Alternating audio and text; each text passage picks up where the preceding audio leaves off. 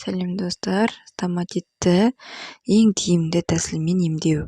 Стоматит ауыз қуысының шырышты қабығының зақымдануы. Тілде, жақ іші, қызыл иекте жара түрінде шығады және көбейеді. Оны үй жағдайында емдеудің мынандай жолы бар.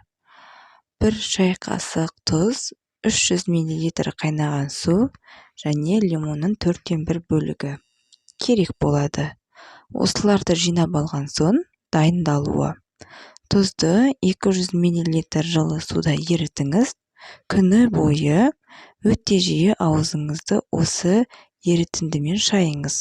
Кешке 100 мл тұз ерітіндісіне лимон шырынын сығып ішіңіз. Қант қоспаңыз. Нәтижелі болу үшін тұз ерітіндісін 2-3 күн қатар жасау керек.